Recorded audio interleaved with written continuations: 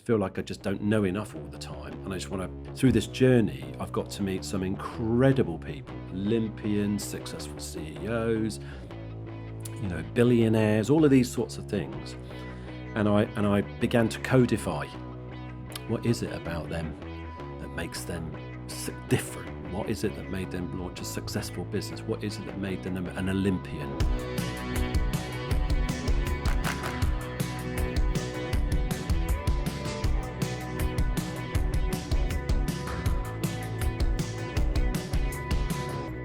From Ministry of Work, welcome to Greater Manchester's Greatest Minds podcast, a show about Greater Manchester's pioneers, entrepreneurs and visionaries, and the stories that brought their ideas to life.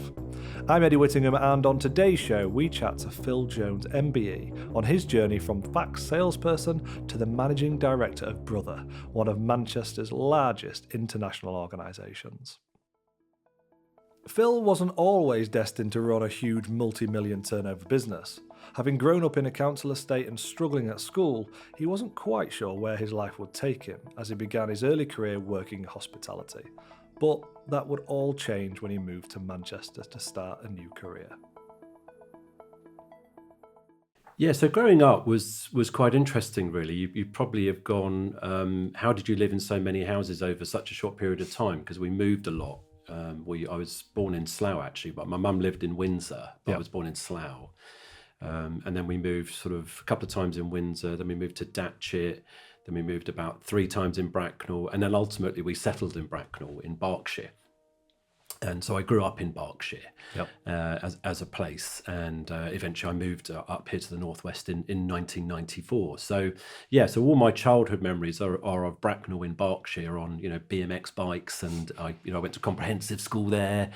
And my mum, who I sadly lost in January this year, lived in the same house that we grew up with until she passed away, which was amazing. So whenever I used to go back to Bracknell, it always evoked a lot of memories for me of Bracknell College and some of the places that we rode around as kids. Yeah, and were you academic at school? No, I disliked school. I really did. And I don't even think it was about learning styles or anything, because later in my life I've realised I absolutely love learning. I think I was probably, I'm learning much more later in my life than I think I learned in the beginning of my life. So I failed miserably at school. I got English and maths sort of O-level. And my mum was desperate for me to go to college and to university. Of course. And I didn't get enough grades, unfortunately, to even get into college. So my mum said, look, will you please go into sixth form? So I had to do a sixth form to retake my O-levels, to then get enough grades to get into Bracknell College, and I went and did a BTEC in business. Okay. And at the time, kind of like the next step, as is always the case with these things, isn't it? Mum's like, we want you to go to university now. And I'm like, and I went working in a pub, and fatal, because all of a sudden you're earning money, life's good. And what I realised was actually I'm not going to go to university, and I started off in the pub trade. Okay. So I started in the pubs and probably thought I was going to have a career in the pub trade, believe it or not. So academically, I think the answer to the question is actually no, not academic at all as a young person. But are now, and that's often the case, I think, isn't it? That people who struggle at school, I think, humbly speaking, is you don't have the right interest points at school. It's quite formulaic still, isn't it, to this day even? So I think that release of getting into an area that you become passionate about, you then all of a sudden want to learn incessantly. It becomes very different, and it's interesting because it's informed me as to why apprenticeships are so important actually in my business. So 10 years ago, when I became MD, I'm like, we're going to start apprenticeships, because when I think about the younger version of me, if you looked at me at 16, you'd go, no hope. If that kid's got no hope, you look at his social demographic, he's from a single parent family in a council house in Bracknell, who's come away with nothing educationally. So what do we think is the script for that young person? Yeah. Young person like that will probably end up in a low-paid job for the rest of their life. So that was probably the script and the narrative that I think that often gets talked about, and it really, really irritates me. And so I thought, well, if we have these young people where I live, where our office is in Tameside, surely it's incumbent on us as an employer to try and bridge a gap from school, if needs be, straight into an employer, because we know at 16 years old, they come into our place and they thrive. It's the environment. They suddenly thrive. It's learning on the job, not learning in a classroom. It's giving experiences. It's doing the practical side. And we see them come on leaps and bounds. So, I think that very personal experience for me really drove me to be very, very passionate about apprenticeships by businesses. Yeah. So how did you first, you obviously started in the pub trade, how did you first become involved with Brother? So the short and abridged story is that the day I left the pub trade was the day that somebody who we'd barred in the bar said, we're coming back to burn you down. Oh, okay. And I lived above the pub. Yeah, so you thought, maybe not. And they did. Well, they were true wow. to their word. Yeah, that's right. Yeah, a brick went through the window, and then a bottle behind it, and the pub set on fire. And I had somebody throwing stones at my window saying, get out, your pub's on fire. And so it was that moment that made me realise, you know what, I am not getting paid enough for this. But there was other backstories in that, including shootings, drug dealing, theft, fighting. This was basically in Essex is where I worked in the pub. So it was pretty much, I think, like an episode of EastEnders that I was actually living in. Yeah. And of course, I was sort of at the time 20 sort of years old. Just thought there's got to be something different. I took the train to London. I walked down the Tottenham Court Road. I walked straight into a recruitment consultant called Alexander Mann and said, have you got any jobs? And they went, we've just had one drop now as a trainee salesperson. Do you fancy that? So I said, yeah, okay. And off I went. So that got me started in what was called capital equipment sales. I sold photocopies and fax machines effectively.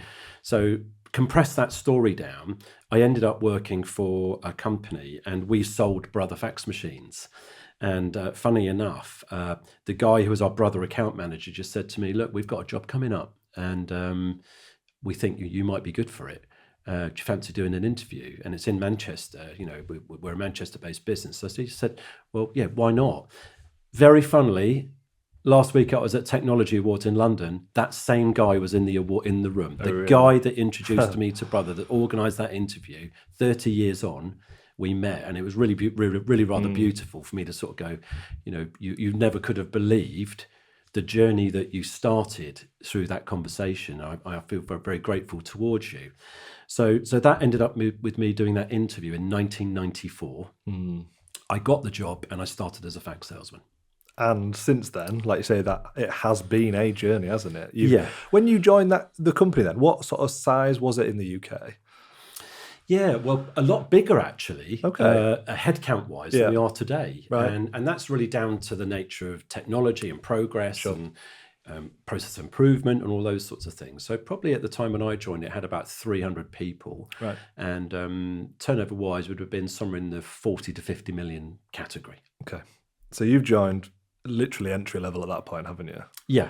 Did you take to it straight away? Was it at the time just a job? Like how did your relationship with the business change, I guess? Well, I think the first big thing for me was that I was a southerner that had moved north, and I was really I was trying to process the difference between people in the north and people in the south, because having grown up in the south, we can be quite closed. We don't reveal things about ourselves. We can be socially a little bit withdrawn. Yep. And of course, you walk into an office in Manchester and they're like, hello, love, and what's your name then? And what do you do? And tell me about your family. And people are very, very open. So I always found that very, very unusual to begin with. But actually what I began to realise was, wow, what a unique place this is. People are so nice. People are so friendly. I really feel like I like this place a lot. I really liked it. So, I've been in the business 30 years now, and I meet every single employee that joins our company. So if you join our company, you have your first week, you have coffee with me, and they always say to me, how have you been here so long? And it's like my answer always is well, I never intended to be here for 30 years. I'm a typical salesman. I've just sort of joined, sort of do 2 or 3 years, try and get a better car, bigger wheels, leather interior, more salary, and then you move on to the next job, don't you? But actually what I realised was here, I like the place. I'm always challenged in my work. There's never a dull day. I feel like my compensation is sort of always being improved somehow. And I feel like I've always got some sort of momentum in some way. I'm either being asked to work on something different or to do something different. So days and weeks just sort of blended into months and years and decades all of a sudden. And to this day, I love the business and I love going in as much as I did the first day. And I think that's got to be a pretty special place if you, it's quite unique, isn't it? Yeah. It's, even now, like people in roles as long as that is unique, isn't it? Really unique.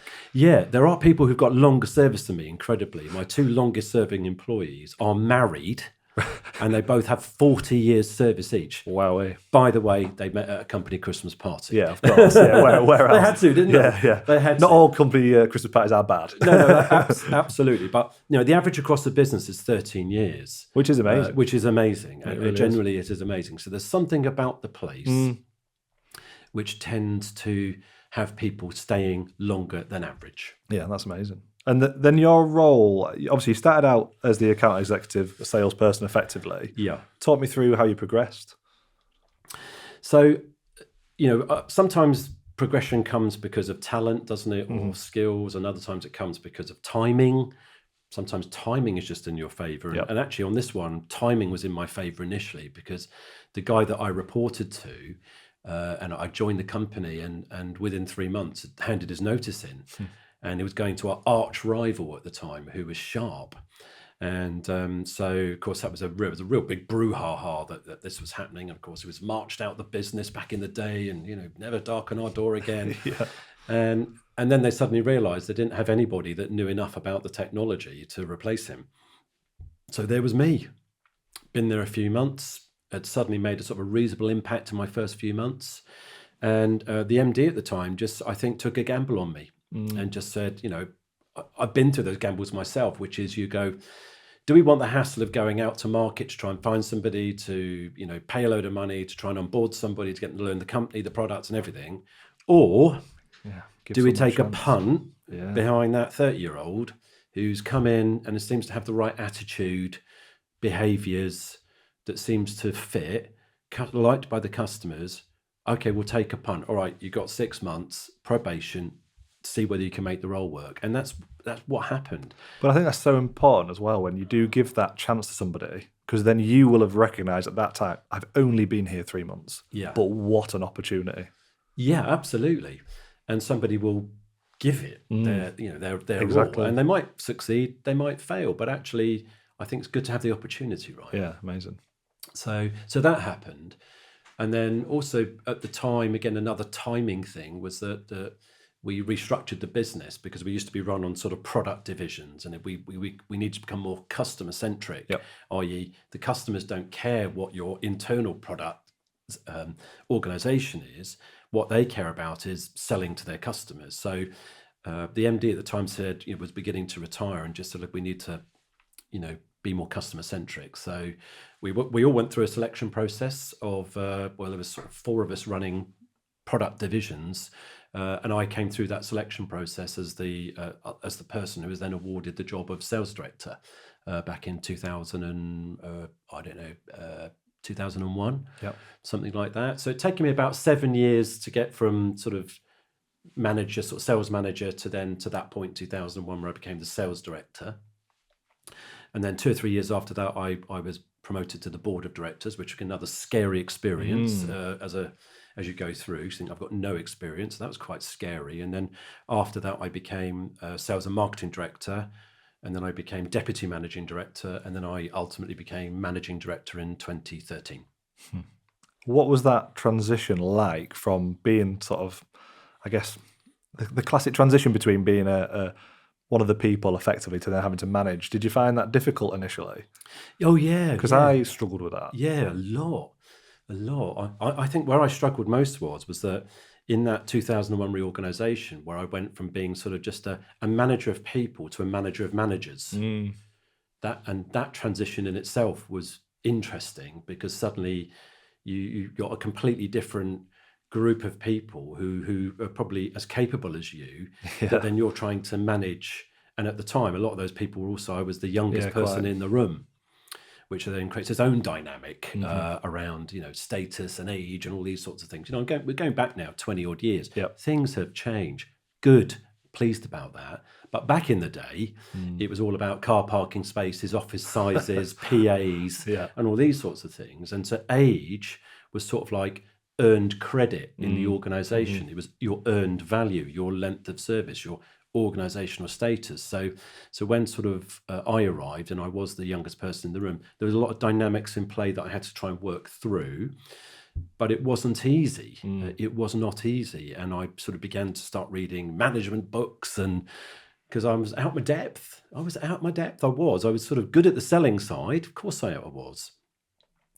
But managing people, I hadn't got a lot of skill on that. It doesn't always translate either, does it? No. You can get fantastic salespeople who actually, they can't quite make that sidestep because it's different skill sets. 100%. I've seen it so often. And actually, we've made the mistake very often as well, Eddie. We have, where we've over-promoted somebody because they've been good at their numbers, hitting the targets, and you think, oh, what they'll be able to do is just simply help everyone else do that. Transfer that winning pattern into all of those, and we're going to be sensational.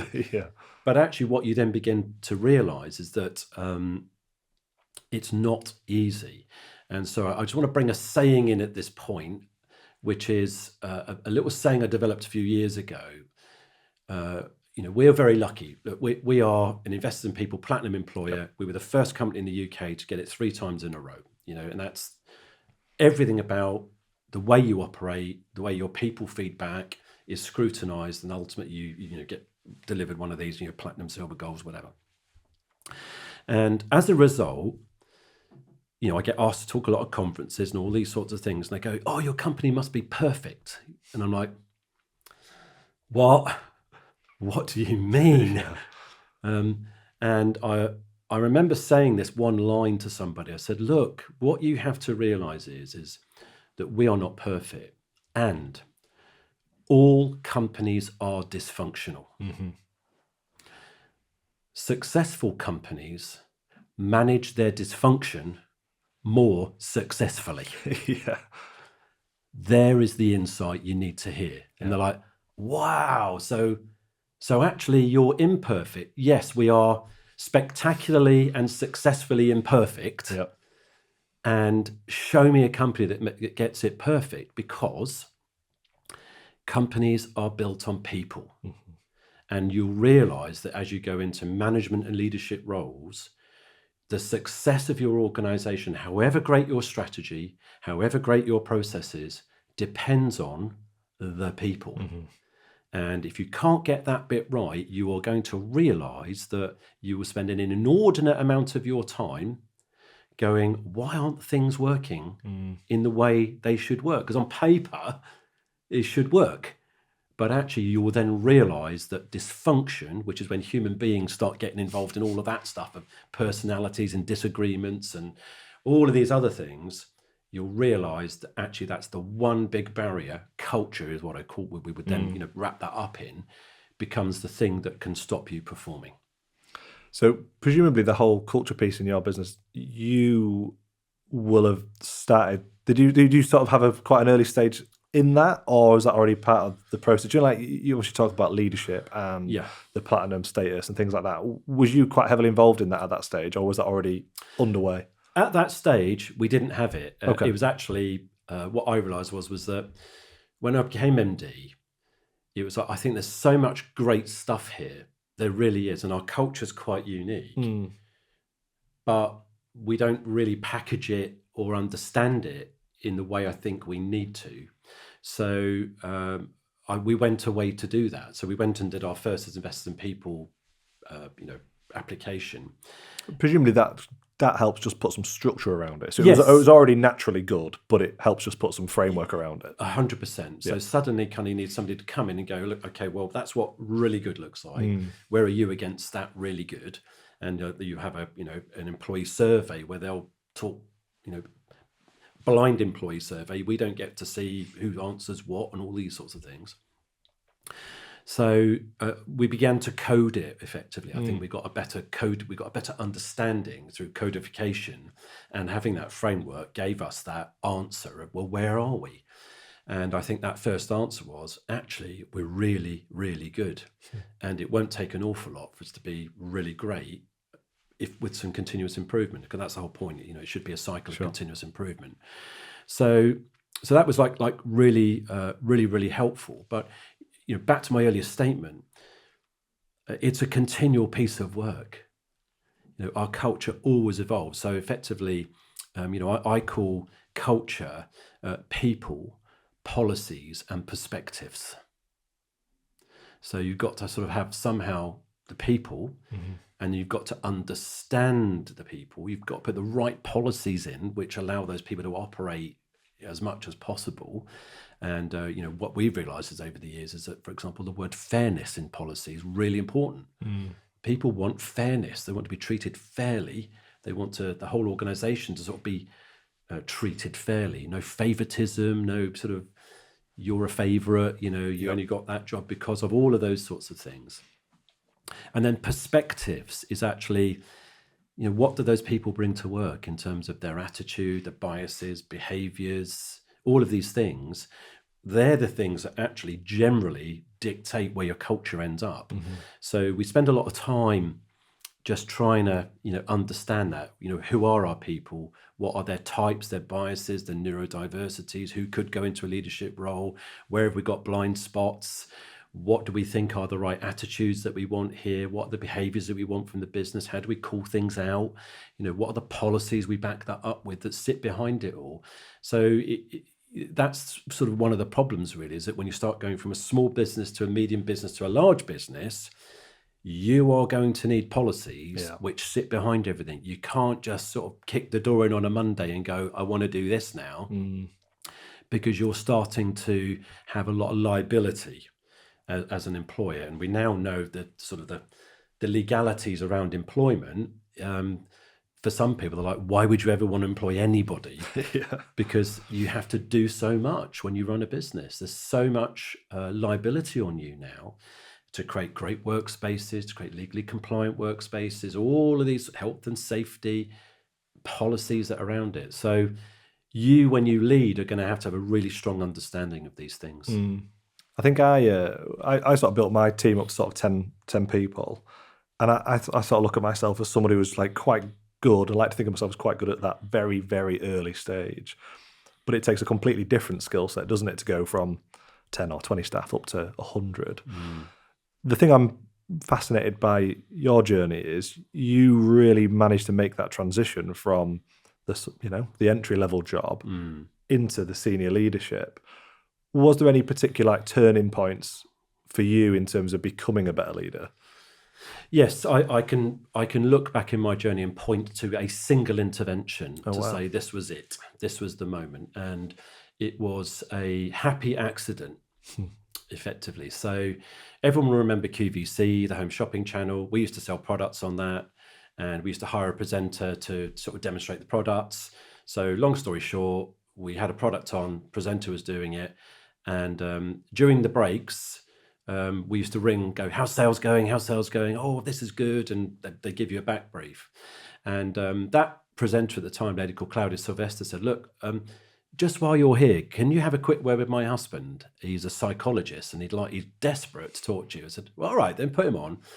And his name is Stephen Sylvester. And he said, oh, hi, look, I am a sports psychologist. And so I work in professional cricket primarily and various other areas, golf, snooker, all this stuff. And I believe my philosophies are directly transferable to business leaders.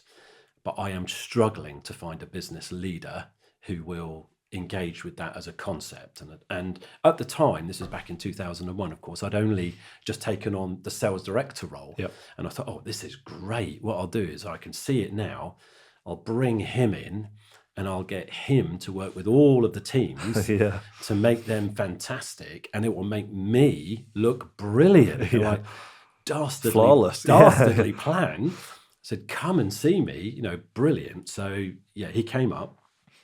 And, I really liked him and a really great guy. I said, oh, this all looks brilliant. So, yeah, okay, so when can we get started with them? And there's sort of like this sort of slightly dull silence. And he looked at me and he said, look, Phil, he said, I can see what you want. I know the end result that you want here. I know it. I can see it.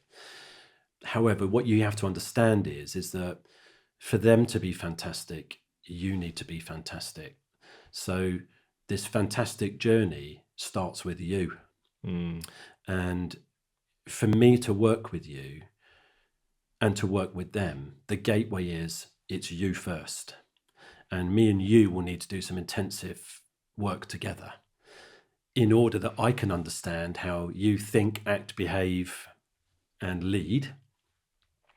And once we've got that all well understood, I can then understand the corrective actions for you and then design a framework and a plan for them. I'm like, okay. Not quite what you thought you were signing All up for. right. What does that entail exactly? And he's like, well, me and you will need to do some one stuff and we're going to need to go back and we're sort of going to need to understand everything about your journey, how we got to here today. So parenting, school, everything, self-image, everything about your story to now, we're going to unpack that. And then what we'll do is once we've sort of unpacked it and we've got all the pieces on the table, we're going to realize at that point what bits we're going to keep and what bits we're going to discard. And then what we're going to do is start rebuilding from that particular point. That's probably the easiest way I can explain it, right? Now, so that sounds very simple. Yeah, but also terrifying. It was, yes. It's kind of like, because you ask most people nowadays, look, do you want to unpack the box?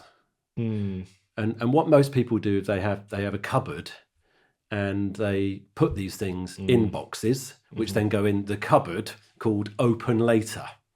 Yeah, and we actually never open it. Or it comes a point where there's that many boxes in it that the cupboard door flies open and they all fly on the floor. Yeah. And we suddenly sort of have a meltdown. So I kind of at the time just said, okay, well, I'll try it. I'll have a go. And that was a very enlightening process. It was very difficult, Eddie. Very difficult at times. We often used to go to a pub in Newton Le Willows on a Monday, and by about the third session, the landlord would sort of reserve the table in the corner. And you go, "Oh, it's you again, is it? You're back?" And you go, "Yeah. You're going to be crying this week?" And I might do, because what you realise is once that door comes open and you start getting every little box out bit by bit and opening it up week by week, and go, let's look in that box then. Okay, let's talk about... That must have been terrifying. Yeah, it was. But actually, it was, like I say, very difficult. But actually, when you're walking through that with ultimately a psychologist, which he was, it's a very safe and secure way to do it. I wouldn't say to anybody, just, go to the pub and fling your cupboard open and tell all your friends. It's you've got to unpack that slowly and to understand it, reflect on it, have somebody answering the right questions, stimulating you, helping you understand, creating insights. Were you worried at all that there was a danger to unpacking some things? Like, were you worried that could then have a negative impact on you, like personality, or unearthing things you probably would rather left alone? Was there any trepidation? Yeah, you definitely get there. I think if you talk to anybody that's had, let's call it counselling, therapy, CBT, anything, you will walk through that process where somebody will say to you, it's probably going to be harder before it gets easier. And that's the reality. And that's what you said to me, is that you're going to walk through some tough stuff. But remember, the outcome of this is you're walking towards, let's say, the light, just to make this analogy easier. So every step actually is progress. Yeah, it's still a step forward, It is a step forward. And what I realized was that, conceptually, if we all look at it as though we're all carrying an emotional rucksack, and in it we have all of these heavy rocks that we put in, whether it called self-image, parental relationship, lack of parental love, anything, whatever it might be, is in our emotional rucksack at any time, and we're carrying it all the time. And what I realized was that through that process, I was just taking things out one by one. And actually what I began to realize was, my goodness me, what a load I'd been unconsciously carrying for so long. And at that point, that started me on a journey of self-development, trying to develop my emotional intelligence, self-growth. And that journey hasn't stopped to this day. So here I am, 23 years later, still with an insatiable appetite to read more books, to listen to more podcasts, to meet more interesting people, to try and understand and learn and become, a better version of myself, with a view to always trying to help others be better too. So my personal purpose is just to help other people be successful. And that's it. So there's no hubristic or egotistical agenda to what I do. It's kind of like just about, oh my goodness, I've just got to learn. I just feel like I just don't know enough all the time. And I just want to, you meet somebody really interesting. And through this journey, I've got to meet some incredible people, Olympians, successful CEOs, billionaires, all of these sorts of things. And I began to codify. What is it about them that makes them different? What is it that made them launch a successful business? What is it that made them an Olympian? What is it that makes them so happy? And I started to codify it all. And that in itself was enlightening, because you then can look at that and go, well, where am I on that? And you can self-reflect into it. It's really fascinating. So yeah, it's been a bit of a journey. I'll bet.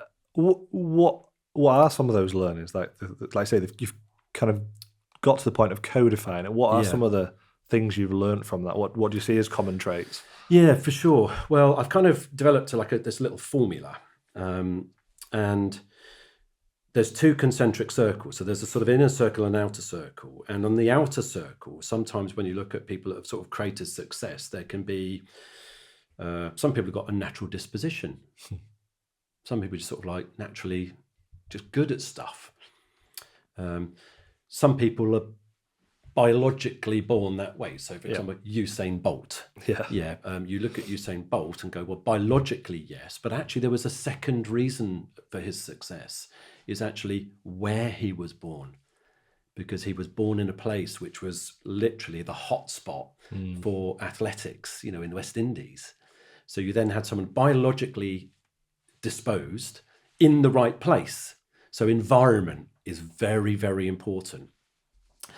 I sat next to Steve Davis, the snooker player, over dinner. We were at a conference together. I was doing the emceeing and he was the speaker.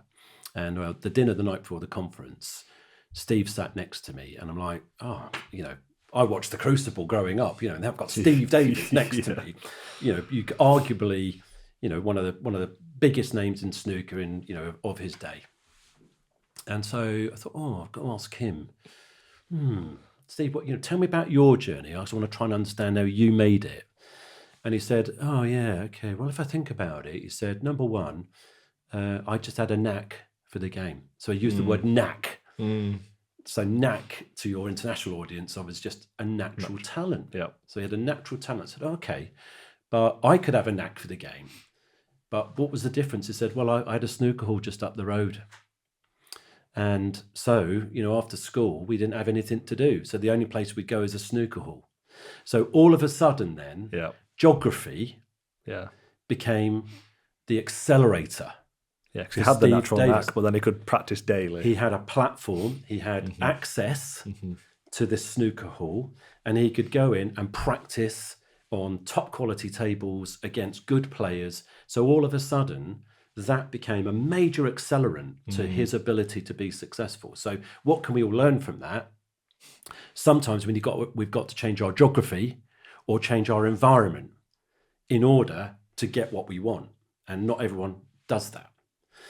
So you can have people who have life impacting experiences, either a close call with themselves, with a health condition, or they've lost a loved one, at a young age or something that stops them and says, man, I'm getting off this carousel because this life impacting experience has changed me and I don't want to do that anymore. So that becomes the trigger for them to go be an entrepreneur or to start a little hustle up or to decide they want to leave corporate life and go into, a more charitable concern, whatever that might be. So sometimes it's a life impacting experience. Timing, timing can be everything. Sometimes you just ride the wave that you happen to launch a business at the time that the business is, the industry is about to go. Yeah. And, some of my famous fails, I've got lots of famous fails in my life. One of them was, I can remember being at an exhibition in Seebit in Germany in about 1999 or something. And there was like a little table there with a few doilies on and, a few bottles of water. So what you sell in then, I said, we want to talk to you about cloud computing. And I'm like, what is that? Yeah, no way. What is that? They're like, servers. Yeah. Like there's this thing called the cloud. Like, stop there. Not Stop. interested. What world are you describing here? Computing is done on servers and PCs and laptops, and you're talking about this thing called a cloud. Like, I wish I'd started a cloud business. I'd come home and gone, I'm building a cloud business. Yeah. Because that was the wave that was just getting started. So timing sometimes is everything. That 100%. somebody can have a happy accident and build a £50 million a year turnover business from nothing. Just because they have to be right place, right time. It's interesting because that's something I try and own a lot, is like the element of timing or luck or whatever you want to call it.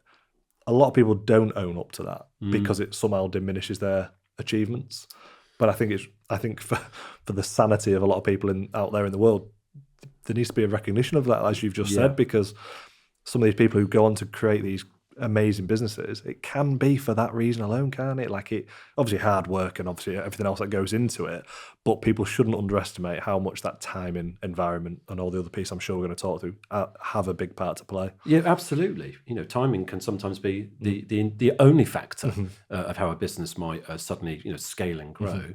And when I've talked about environment before, I don't just mean there's geography and then there's environment. So, for example, if your mother or father is already a successful entrepreneur, it's highly likely you are going to be entrepreneurial too, because they have the resources to potentially throw at you. Oh, go start your own business. Here's £1 million to go and start your own little business. Oh, perfect. All right. So they have to grind that out. The environment that they're in, the family environment, could be wealthy. Or the family environment could be massively encouraging. It could be you're just in an environment where your parents say you can be anything you want to be, and you just it's developed a conditioned mindset for you that makes you think I can. And you try to, and you do. And as a result, off you go, experimenting, doing all these little things, and suddenly something goes big. So all of these outer circle things suddenly are really influential to the trigger, the background. And I always sort of say, look, show me a successful person and I'll show you a backstory with some adversity in it. So most people, you go back and go, tell me about... Yeah, there was a point. What was going on with you? Tell me about how you grew up. Tell me about this. Tell me about that. Tell me about the other. You asked me about my background. And I said, oh yeah, we're poor, bullied, all of these sorts of things. So, but it's like, but my mum was always encouraging to sort of go, you can make it and you'll be okay, and all of those sorts of things. So I think these are sort of like naturally, things that matter. So then there's a few component bits to this. So I'm not going to talk through all of it today, Eddie, but I think you've got to then look at, okay, so you start a little organization, and I've got a little formula for success. So it's strategy plus execution multiplied by culture, divided by distraction, dysfunction, and disalignment. Okay? So the things on the top should accelerate you towards your goal. The things underneath the equation will pull you away from your goal. So distraction, dysfunction, and disalignment. So what I've realized is quite a lot of these people who've become sort of successful had sort of to some degree a strategy of what they want to get done. They've executed, and then they've got, for companies, I mean, this context, this is business, they've got the people bit right. And we talked about the culture being people, perspectives, and policies. They've got those bits right. But what they've not allowed themselves to be is distracted. Yeah, they've not allowed people to pull them away. They've not allowed their businesses to become disaligned. So everybody is pulling towards the main effort. Yeah. So once you get that sort of focus, so that they've built a technology or they've got a product to take to market or a service. So they've got the right strategy. They're executing it really, really well. So that's systems, technology, how we go to market, sales strategy, all of those sorts of things. But then you get great people involved who make the difference, the sparkly dust. And you can compare sometimes two businesses in the same space, and one seems to be doing a hell of a lot better than somebody else. Sometimes you can diagnose it and go, well, it's the strategy. They've got great people, great execution, but the strategy is wrong. They're going after the wrong customers in the wrong market, so correct that bit. Or they've got the strategy right and the wrong execution. Yep. Or you look at the culture. And most of the time now, if I ever get called in to kind of advise somebody, most of the time it's the culture and the things beneath the line. Distraction, dysfunction, and disalignment. So everyone's off doing their own thing. Not everyone's sort of doing the real thing we need to be doing. Everyone's on little side projects. They're doing some more interesting. Everyone's on the phones all the time, or they don't believe that there's a cohesive culture there, or the EVP, employee value proposition, is good enough for them. They're job hopping, all of these sorts of things. So actually you can sort of unbake the omelette pretty quickly to diagnostics to say, I think your business might be underperforming or not reaching its full potential. Let's put that another way, because of it's either the people feel undervalued, your strategy is wrong, or you're wasting way too much time with sunk costs in systems or execution, which is actually stopping your business reaching its potential. So interesting, because I can, even just when you're talking through that, I can see so many of the things we did well in my old business and the things we really didn't. Still, it was a good ending for the business, but it's just interesting, like trying to apply that even to myself, and I'm sure people listening can apply it to the business that they're working in, whether they run them or they're an employee. You can see those pain points, and this is something you've learned through your journey, really, and developed as your own. So you do help other businesses with this now? Yeah, I mean, I do a bit of public speaking and things like that. And of course, I help our own customers with this sort of stuff, so we sell to thousands of businesses across the UK. So I'm very keen to sort of share all of this stuff. And I've probably got enough content here for a book now, if I'm honest with you, or a series of podcasts. But for me, you've got all of those bits happening, but then a lot of this also still distills down to who is the leader in the business and how are they leading. And in that, then you've got to make sure that the leader follows this pathway of mastery.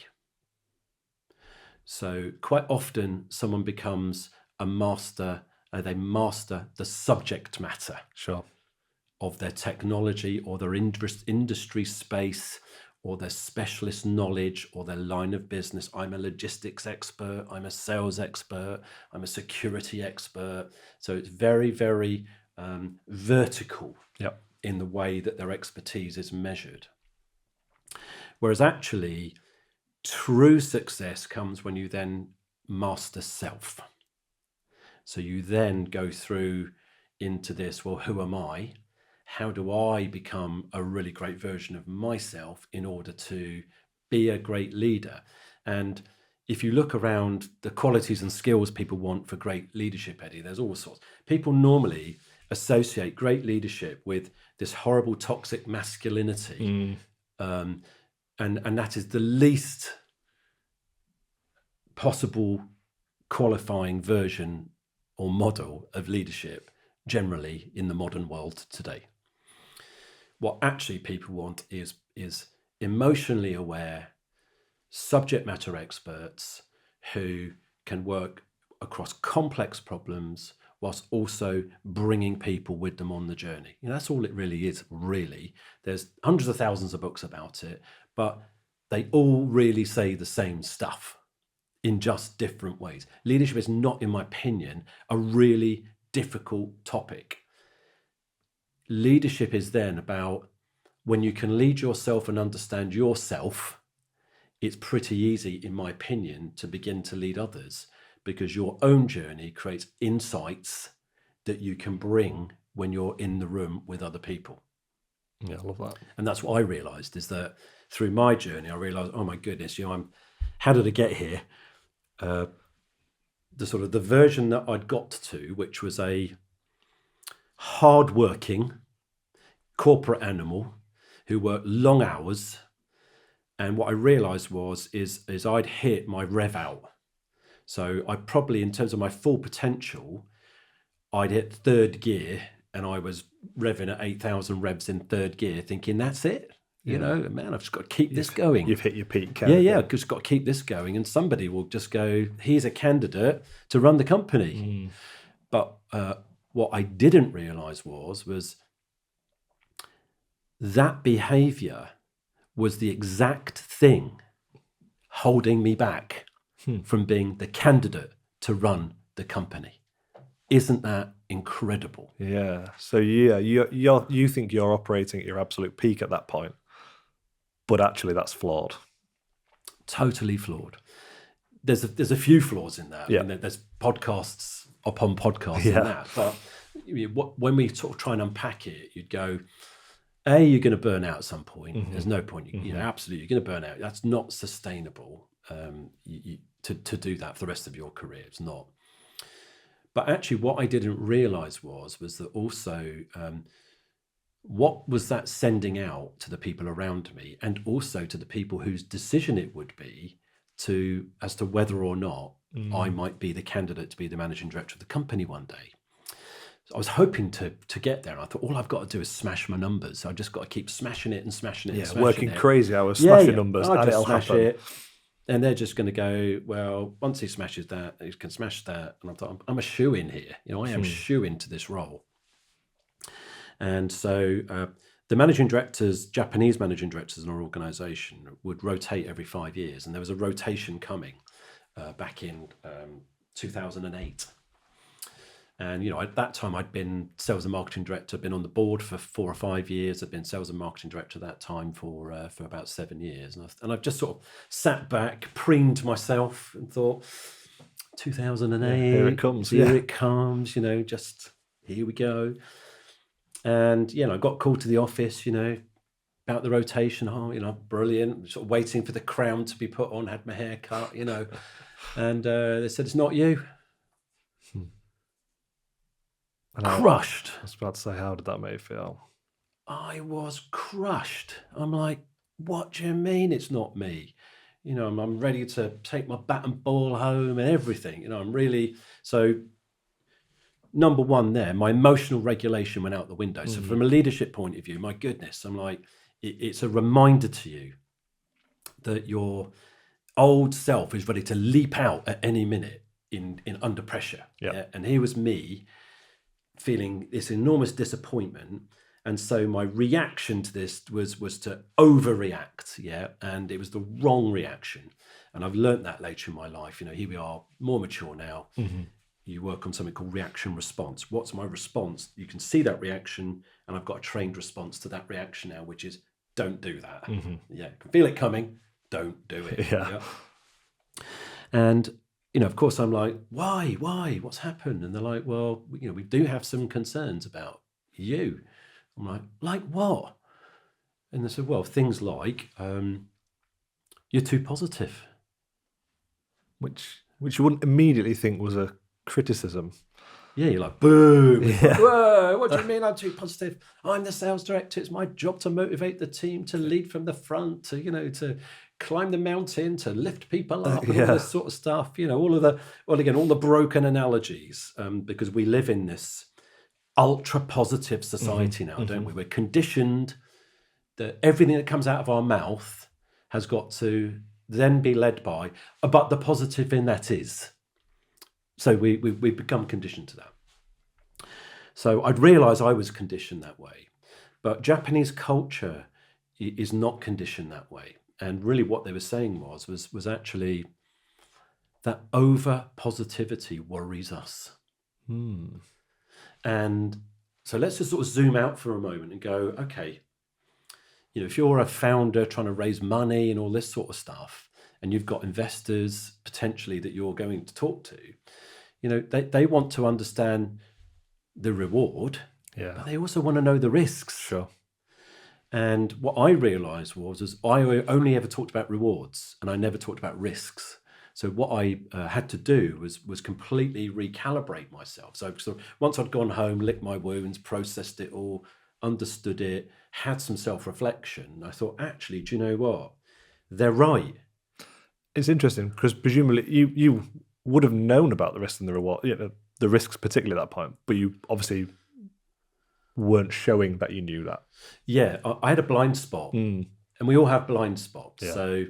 So when we talk about leadership development and mastery of self, there are hundreds of what we call cognitive biases in us, so that influence the way that we think, decide things, behave, react. So we've got those constantly sitting in us, these distortions, ready to leap out in what I call a bias bazooka. At any minute, your bias bazooka can just go boom. Think of home. You've come home, you're tired, the traffic's been terrible, you've had a really rough day. Something happens, you're a touch paper ready to go on. Your bias bazooka goes off, then all this distorted thinking comes, etc. So once I began to understand that, I have a saying called keep your wits about you. Okay, it's a really good one. Perhaps we can put that in the back pocket. Keep your wits about you. WITS is an acronym, walk in their shoes. Walk in their shoes. And so I decided to keep my wits about me in that process to then go, right, so tell me again, what was it about me that you're really concerned about this going to the next stage? And they're kind of like, well, you need to work a little bit more on your strategic side. You definitely need to be thinking a lot more about governance, because if you want to be the MD, you've got to think about those things, legal, everything, political, all those things. And we need to have, I think, a greater confidence that you can be a safer pair of hands than a sort of a dangerous salesperson that just sort of says yes to everything. And that change absolutely really, really changed me. So we've just done a big campaign at the moment called Fabulous Feedback. It's just gone live in national press last week about the role of feedback. And without that feedback, Eddie, I don't think I'd ever made it. Yeah. I would never have got to the top seed. Because you'd have still been blindly... I would have blindly probably made a sideways move, gone, well, I'm leaving, gone and joined another company. But you'd have been stuck there as well for the same reasons. I'd be stuck there for another 5 years, and they'd be going, well, yeah, you're great sales director. Or really great. Possibly worse, you'd get that role, but not be as good at it. That's right, because I haven't got all that developed experience and corporate understanding, all of those sorts of things. So I think sometimes we fear feedback. No one wants to hear about the bits that aren't going brilliantly well. Yep.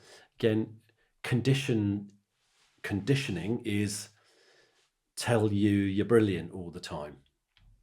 Oh, you've done that so well, but we'll sweep that bit under the carpet, which is not so well. Whereas actually, if we can't grow, growth only comes from, adversity, really. And if you think back to the time of sort of Aristotle and people like that I once heard this word eudaimonia. I don't know if you've ever heard that word. It's a crazy word. I'm like, what does that word mean? it's got a very, very deep and philosophical meaning. It's got like 100 different meanings, but actually one of them is that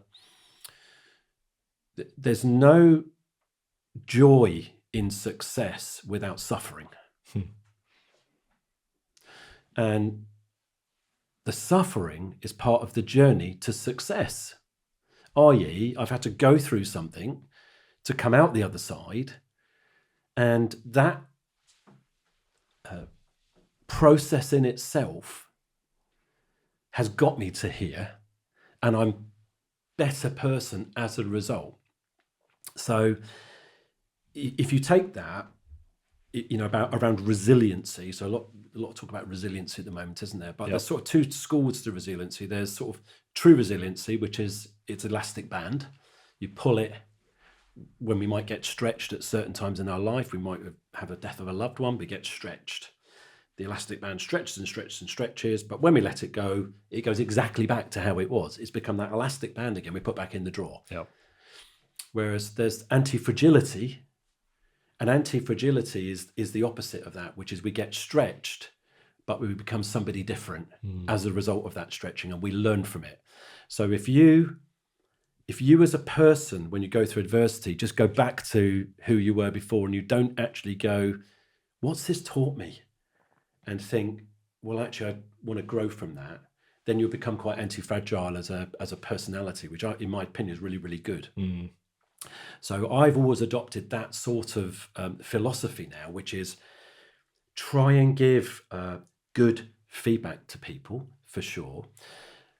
But now, there's a few authors I've really liked. I mean, I don't know if you've heard of, there's a guy called Brad Stulberg who's written lots of really, really good books, but he'd done one recently, Master of Change, which I really, really liked.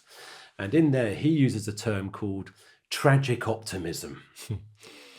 And you're like, oh, what does that mean? I wrote it down, actually. I thought I wanted to say it's a mindset that can maintain hope and finds meaning despite pain and suffering. I thought that's brilliant. Yeah. That's brilliant. Okay, so that is different than blind optimism. Absolutely. If I look back at that version of me that I talked about, it was blind optimism, I think is probably where I was. Yeah. Whereas actually, I think today I am that person that's more of a tragic optimist. And there's another author called Jim Collins who wrote a series of books which were empirical studies around, why some businesses do well and some businesses don't. And one of the books that he wrote was actually talking about something called level 5 leadership, which is actually with the people that make it to the absolute jet stream of great leadership. And he again codified it. And one of the things he said in there, which is actually directly linked to tragic optimism, is that he said great leaders have a productive paranoia. So you've got tragic optimism, which is, I can still look to the future, but I've got this productive paranoia, which is back to my risk and reward, which then says, okay, all right, I'm going to get it done. I am going to get it done. We are going to get there. But actually, I understand the barriers, the challenges, the constraints. I got all of those, but I've got a plan to overcome them. So what I found is that works very well running a very large enterprise, which obviously I do. I have to hugely, my days are hugely complex. We're dealing with hugely complex problems, route to market, sales strategy, everything. But actually, adopting some of those simple things allows me to operate, I think, at a really high level. So obviously you are running a huge enterprise. How do you maintain that? Because it's all well and good getting there, but maintaining that is a different story, I imagine. Yes, you have really got to configure your life and prioritize your life. So, for example, I look at my diary many months ahead. I horizon it out. I can see where I'm super busy, month ends, quarter ends, big meetings, away days, travel, all that sort of stuff. And I just design in thinking time. I have a simple philosophy that I use called out on in. And I try and spend a third of my time out, a third of my time on, and a third of my time in the business. So the out is doing things like this, understanding strategy, going to conferences, things like that. Helps keep your creativity high. It keeps you topped up in terms of thinking about the landscape and where it's all going. Yeah, so you don't want to be that CEO of Blockbuster that didn't see Netflix coming. Yeah, you go, I'm trying to just plug together broadband technology, downloading, all these trends pointed to Netflix is where you've got to be. You don't want to be that person. So on is when you learn about those trends and you come back, you change your strategy. Yep. Yeah. So strategic. That's the classic working on the business. On the Yep. business. Yep. Yeah. About a third of my time on it and about a third of my time in it. Mm. Hearts and minds, explaining change, being with people. So that's sort of like the second bit of my super strategy to allow myself to function. And the third bit is actually, I heard a word for it the other day, which I thought was excellent, which is, it's in Tony Blair's new book. It's called Leadership, where Tony Blair's written this book about leading. And so politics aside, let's just stop the politics there and go, right, was it worth a good read? Yeah, it's quite a good read, actually. And there's a chapter in there called The Hinterland. And what is the hinterland? That is that point where you escape to invest in yourself, in your soul, in the things that makes you happy as a person. So your own individual interests, not your family, not the business. It's actually, what is it that makes me feel like I'm congruent, aligned, and happy, and I'm not labeled as the boss of brother or a dad or this. And so I find my escapism in riding a bike, in going to soul. I love soul music, so you'll find me a lot at dancing at soul events at a weekend. Oh, cool. I read books, I listen to podcasts, prioritize sleep. Number one hack ever: sleep better. Yeah. Have better sleep and you'll be unstoppable. So things like that. And actually, I think it's to make sure that you find time for your hinterland. That's Phil Jones MBE, the Managing Director of Brother UK. What a journey, and amazing how he reflected on both his own strengths and weaknesses to try and become a better leader day by day. Thanks so much for listening to the show this week, and please make sure to click the follow button on your podcast app so you'll never miss a new episode of the show. Don't forget to check out Ministry of Work, where you can sign up for a free trial day too. This episode was produced, recorded and edited right here at Ministry of Work, with a special thanks to our studio manager Dan Brown and, of course, to you for listening. I'm Eddie Whittingham, and this has been Greater Manchester's Greatest Minds.